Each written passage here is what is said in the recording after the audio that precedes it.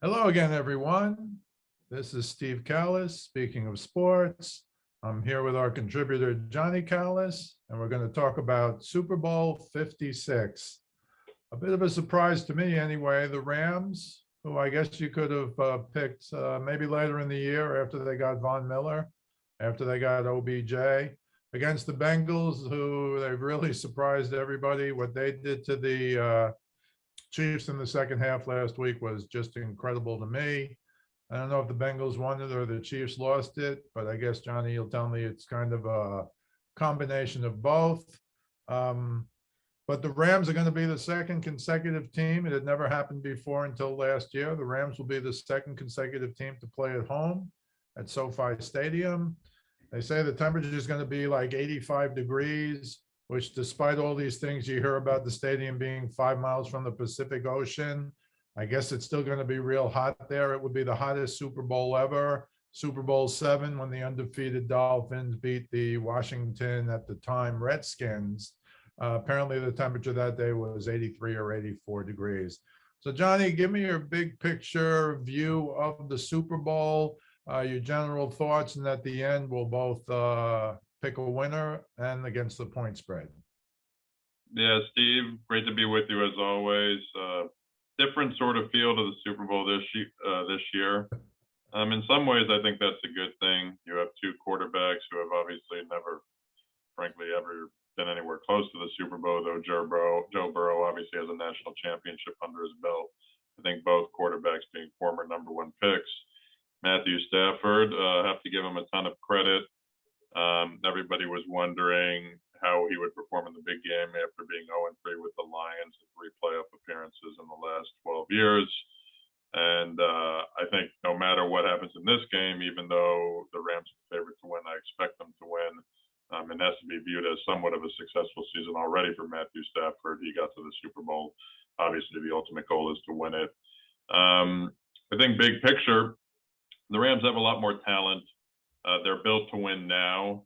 They basically sacrificed, I think, what is it, every first round draft pick until 2025 or something ridiculous for them to win now.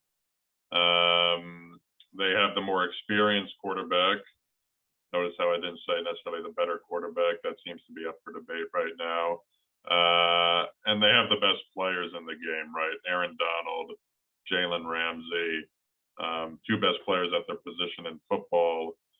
Don't sleep on Von Miller. And I'm not saying folks are, but everyone seems to be obsessed with Aaron Donald, rightfully so. He's arguably the greatest defensive tackle of all time. He's never won a Super Bowl. Von Miller almost single-handedly won a Super Bowl from the defensive end position in 2015. And watching some highlights throughout this playoffs with his long left arm extension coming off the edge, I'm not saying he looks like the best defensive player in the world, which he was undoubtedly in 2015, but he looks like a top 5 pass rusher in the NFL, coupled with Aaron Donald, then Leonard Floyd, Jalen Ramsey on the back end taking care of Jamar Chase. I just really like the Los Angeles Rams defense in this game. The Bengals obviously had a hard time protecting Joe Burrow, giving up 9 sacks, I believe, in the divisional round against the Titans. Did a little bit better of a job against Kansas City, though the Rams pass rush is frankly closer to the Titans than Chiefs and probably better than the Titans. So I just think at the line of scrimmage, when looking at the Bengals offense versus the Rams defense, I really like LA's chances in this game. You know, I think Joe Mixon is the wild card. They're going to have to develop not just a running game, but a short to intermediate passing game. And I think he's obviously the key. The question is, can Ramsey single cover Chase, which will allow them to double a Higgins or a Boyd, who emerged as really the difference makers in the game against the Chiefs? If Ramsey can single cover Chase, and I'm not sure he can, I think this game's really over. But that's going to be one of the better receiver cornerback matchups we've seen in the Super Bowl of late. And while Ramsey's had a great season, I remember the last touchdown pass Tom Brady threw was a 55-yard bomb to Mike Evans right over Jalen Ramsey on one-on-one coverage. So it's not like he can't be beat. On the flip side, it's really hard to, frankly, gauge the Bengals defense, right? They weren't that good during the regular season statistically. They played very competitive in the playoffs, and they had arguably one of the greatest second half defensive performances in championship game history. So they played well against the Raiders. You know, the Raiders had first and goal, I think, on the 9 with a chance to tie the game. But they played well. They played, I think they played well against the Titans / Ryan Tannehill just totally lost his mind. But they forced turnovers. And then I've never seen, and this, I think, as you alluded to, might be as much a result of the Chiefs just, I mean, it was really a microcosm of their season offensively in a single game, right? I mean, just streaky to the bitter end. They looked absolutely unstoppable in the first half, the way we've seen the Chiefs look in both regular season and postseason games over the last 3 years. And then they looked worse than they did playing against, who was it, the Giants that they barely beat at home in week 9 or whatever. In the second half, credit the Bengals. They went to this, not just 2 deep safety, which the Bucs sort of popularized last year against the Chiefs, but a 3-man rush dropping 8 into coverage. And for whatever reason, Mahomes and the Chiefs had absolutely no answer for that the entire second half and the first drive of overtime. Can the Bengals replicate that against the Rams? It's just an entirely different offense. The Rams can run the football a little bit. Obviously, Akers is back. Sony Michel, I thought, had a great year. I'm surprised that he's sort of disappeared, especially after the fumbling troubles a couple of weeks ago of Akers. But I think Sony Michel, who's been in this game before, actually against the Rams, scored the only touchdown a couple of years ago in the Super Bowl, could have a couple of big runs. And you have to give Odell Beckham Jr. a lot of credit. I mean, Cooper Kupp's obviously the guy, he's the most productive receiver in football. But OBJ has become a, frankly, legitimate number 2, about as good of a number 2 as you can imagine. And I just think the combination of the running game and those 2 perimeter receivers are going to be a little bit too much. So I like the Rams. I have a hard time figuring out the spread. I'll give my pick in a little bit. I'll let you talk a little bit, and then we can go back and forth. Yeah, I think, you know, you get some wacky stats Super Bowl week, of course, but I think the most impressive one to me is this new win rate that they've determined on both pass blocking and pass rushing. And of course, the win rate for the Rams, they're number 1 in the NFL. They win more than anybody on the pass rush. Not surprisingly, you can double Donald, and then that gives one-on-ones to a bunch of other guys, including Von Miller. But Donald can even beat a double team. That's how great he is. I assume he's the defensive player of the year again this year. But the Rams are first, and Cincinnati's pass blocking, their O-line is 30th in the league on win rate. So that doesn't bode well for them. Again, 9, you know, amazingly to me, the Titans got them 9 times, but somehow the Bengals beat them. You know, you got to give them credit for that. But I think it might be a little different here. You hear now they're going to have to go screen and short pass and dink and dunk, and we'll see what happens there. But that to me is the most incredible stat. The other thing I would look at, and this I think goes back to the Rams 13-3 loss to the Patriots, where you know, their coach said, yeah, I got totally out-coached. He's a little different now. He's been around a while. Sean McVay, I think he learned a lot. And the other thing I'll point out about that is, to me, Super Bowl experience, not even win or loss, but experience is very important. And not only do the Rams have 9 guys who played in the Super Bowl because they just played in one 3 years ago, but they have Von Miller, a winning MVP Super Bowl winner. And as you mentioned before, they have Sony Michel. And don't sleep on him. I know Akers is going to get the start, but Sony Michel, as you know, a Super Bowl winner with the Patriots, who, as you mentioned, scored the only touchdown in that strange forever, I think, 13-3 game when the Rams were the highest scoring team in the league. And Bill Belichick does what he does and held them to 3 points. But according to their coach, they learned a lot. He learned a lot. He's not going to go for that. And all in all, the Rams have 9 players with Super Bowl experience, and the Bengals only have 1. And I think that makes a big difference in this game, Johnny, because you hear Belichick talk about it over the years, how it's really like a 5-quarter game. Like when you start the 4th quarter, the game is usually over because of the halftime and all the commercials, even the long drawn out introduction. I think that kind of stuff is important. And I don't know exactly how the Bengals fight that. I don't buy into the, oh, we're naive, we're young, we don't know what we're doing. I don't buy into that. I just don't.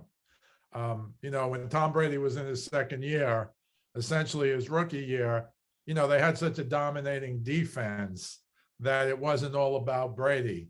But this game, I think, is going to be which quarterback can do the most. And I think because of the Rams D-line and having Ramsey on the back end, I don't know if they're going to put Ramsey, they play a lot of zone, I think, as well. But I don't know if Ramsey's always going to stay with Chase, or as the Patriots would do, maybe double Chase and let Ramsey go take T. Higgins, for example. But I think you make a good point about OBJ. He's no longer the superstar in his team. He doesn't have to be the number one guy. To me, that makes him a much better receiver, because now he's the number two guy. He's going to get one-on-ones. Everybody's going to look to double Cooper Kupp. I don't care if you double Cooper Kupp. Somehow he finds a way, in my mind, to get open. But just to give you OBJ regular season with the Rams and playoffs, here's some stats from ESPN. His receiving percentage, completions on when it's thrown to him, regular season it was 56%. In the playoffs, it's 83%. It's the number one percentage in the last 10 years with a minimum of 20 receptions. Receiving yards per game was 38, now it's 80. First downs per game was 2, now it's 4.3. He's got, in the playoffs, well, the Rams are 6-1. He wasn't there for the whole season. The Rams are 6-1 when OBJ has 4 or more receptions. He's got 13 receptions for first downs in the playoffs. Only 2 guys have more in the playoffs, Kelsey and Kupp. I'm not saying he's those guys, but you know what I am saying. And the flip side for the Bengals, I will give this stat, all again from ESPN. Jamar Chase led the NFL most receiving yards after contact. He had 294 receiving yards after contact. That's pretty incredible. The Rams, and I did not know this, maybe you did, gave up the most yards after contact, 893 for the season and the playoffs. So you might look for the quick hitters to Chase, the slants, receiver screens, whatever you want to look at. I just thought that was, those stats were pretty incredible. And I'll give you 2 more. Again, all from ESPN. Big plays down the field. Matthew Stafford, whatever we think of him, he's in the Super Bowl. He's won 3 playoff games. He's 3-3 now. He might have tried to give away 1 or 2. He hit Tart in the numbers against the 49ers. That could have changed the game. But Stafford this year, when the ball is 35 yards in the air, not a catch and run, at least 35 yards in the air, he has 11 completions, number 1 in the NFL.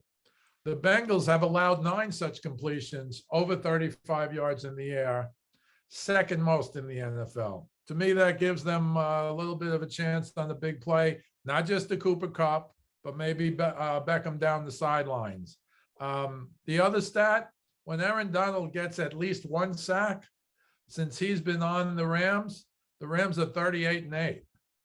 When he doesn't get a sack, the Rams are 21-21. Does that matter for this kind of game? I think maybe it does.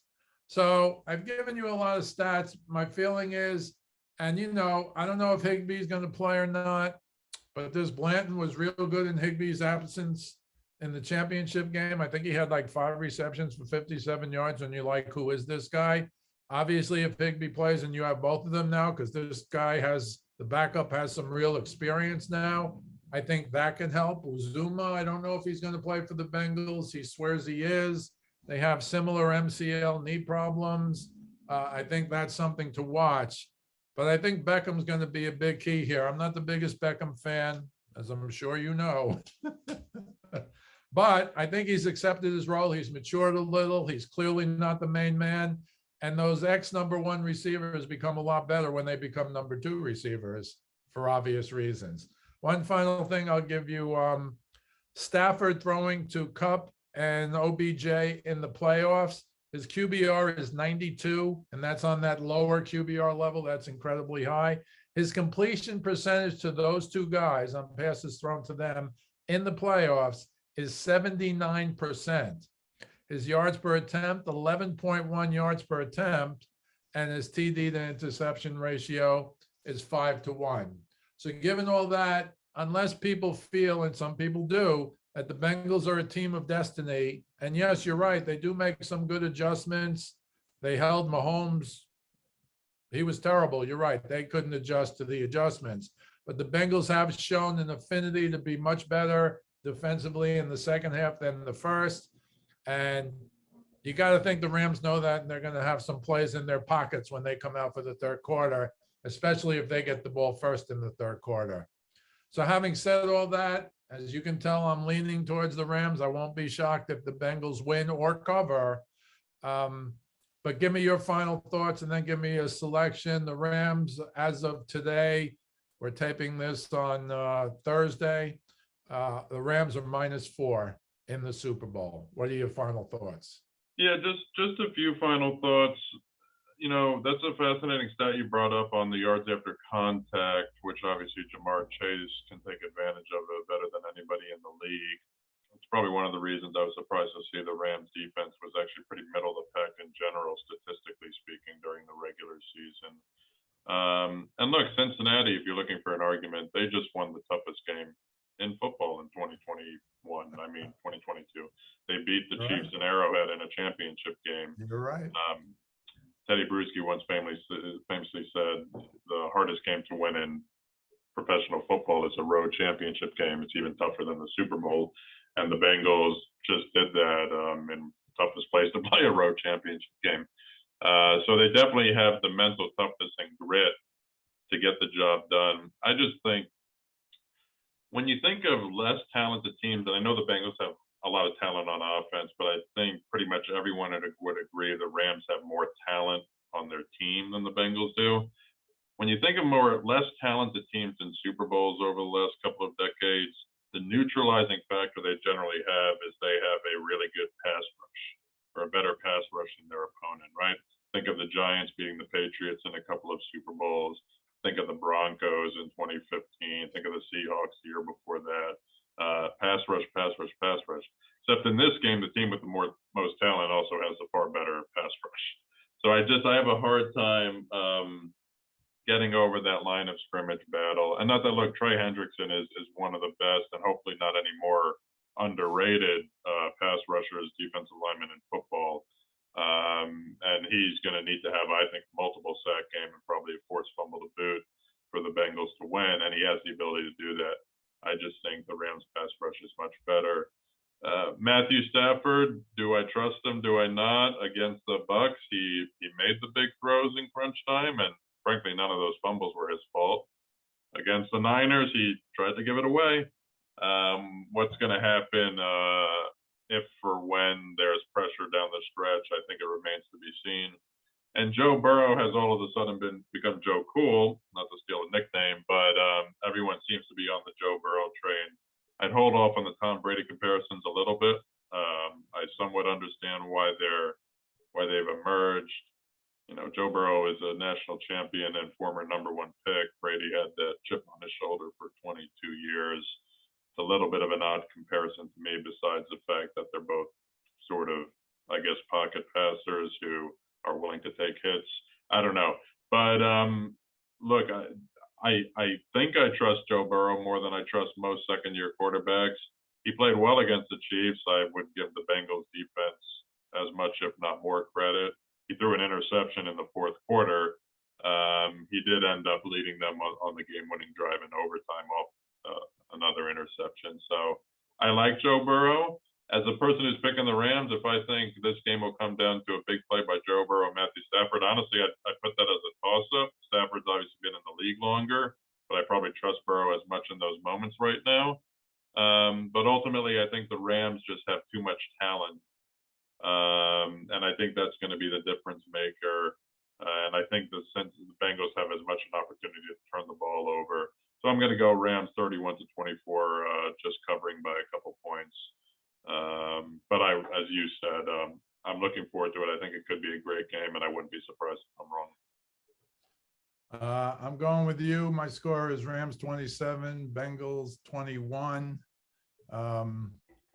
Maybe I'll make that Bengals 20 because I think their field goal kicker is so good. He'll kick a few long field goals. We should have mentioned him because he's been Mr. Clutch in the playoffs. But I'm kind of with you. I know talent doesn't always beat grit, but the Rams are a win now team. A lot of people keep saying the Bengals are a year ahead, but they're not a year ahead. They did it, as you said, in Kansas City against the Chiefs. I think that puts a little damper on the Chiefs dynasty talk. And as great as Mahomes is, and he's great, even on the Mahomes, the next big thing talk, although, he turned it on in the middle of the season, he was unbelievable. But again, in a big spot, he was a little disappointing. And I'll go back to last year when I thought if he could beat Tom Brady in the Super Bowl, it would be 6-2. Maybe they can keep those Chiefs together for 2 or 3 more years and win a few more. But now I think the bloom is off the rose. They're an excellent team. They can be in the Super Bowl next year. But I think that game hurt them. I think they lost it as much as Cincinnati won it. I got to give the Bengals credit, but as you said, especially their defense. So I'm going Rams 27, Bengals 20. This has been Steve Kallas along with Johnnie Kallas. We'll see you the next time.